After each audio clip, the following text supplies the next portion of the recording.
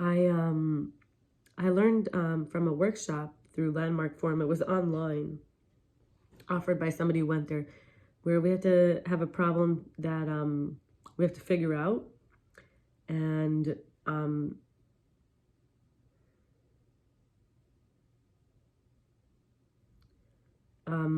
like where we look at life as like a victory to have to make someone happy, and how this is an unhealthy love, because there's nothing wrong with me or anyone else.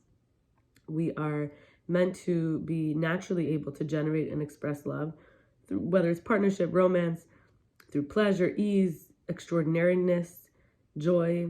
And in the pastness of the love's limits, there's notions, dramas, fantasies, stories, versus a real love, which is a function of acceptance, letting what is be what is, granting someone the right to be, for their beingness.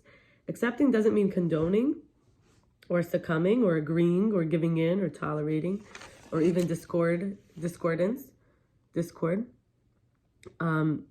means giving up certain things as a requirement. For example, being right, judging assessments of them, attachment to opinions, being edicts. When we want the experience of something that's unconditional, or accepting someone for exactly what they are, who they are, exactly the way they are, it starts from within. We might avoid doing that because we abandoned before we might get abandoned. Whether we feel like somebody who in our past, or this person reminds us of, will abandon us, or we might alter our view of negative impacts of issues to something that's not fixable, that needs to be accepted.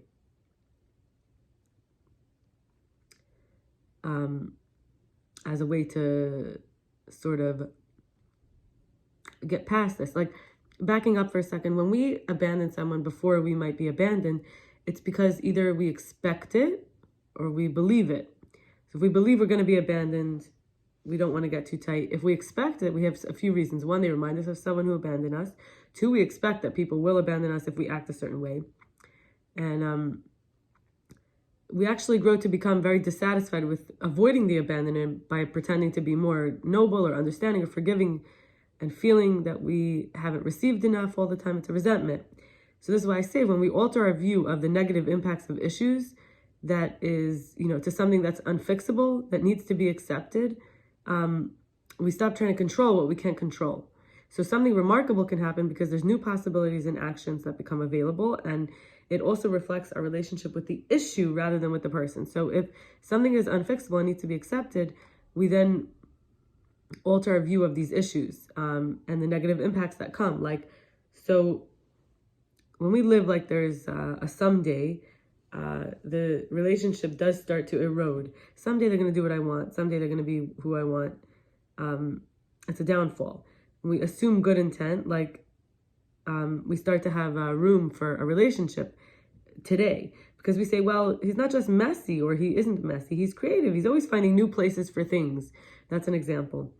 And something we might want to try saying out loud is, I've not accepted the way he shows love. I've not accepted his standard for connection is different than mine. That's an example, by the way. We could say anything over there. It could be connection, could be,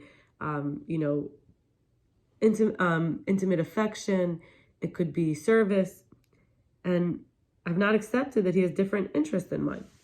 And then I want to talk a little bit now about a different topic, shifting over to, there's this lady named Jane Burns. She talks about healing. In some cultures, they call it shamanism. Like, the person interviewing her, they were on the topic was Celtic shamanism. So Celtic is like the area of the Irish, the Scottish, and those places. And shamanism really has to do with healing, wholeness, coming home, connecting to the healing itself, or what it is to be a healer. So we don't look away, we look closer. And there's many ways in our history. Like, I'm going to speak more from a Jewish perspective now, but like, we have hymns, we have praise, we have oral or written preservations of the traditions and the beliefs, the desire to emulate nature vibrantly, and the invocations. Also, there's this idea that wisdom keepers are also seekers and sharers, and that in life we can be task positive, in a moment by moment positive, in a gratitude lifestyle, like being here now, saying the right thing the right way to the right person, is to be tapped into this dynamic and fluid threading of truth, which is we're not just giving advice. We are listening as we're talking and knowing that everything is inspirited and has its juvenating, instead of rejuvenating, its juvenating contribution, the divine spark. And that there's unseen energy in the world that permeates into our temporal, timely, material, physical world, whether it's compassion, counsel, self-knowing.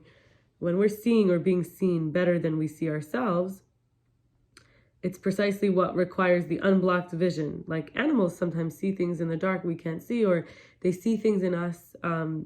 Even they say dogs could be a therapy, or cats. Whether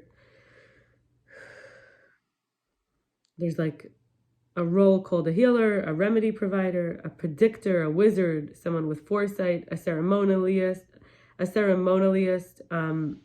a priest, a magician, a shapeshifter, a psychopomp, where the remedy is the removal of a substance, practice, a removal of a curse or a substance or a practice or a renunciation. And in Judaism, we call it a din, a gzeira on someone, a judgment or a decree.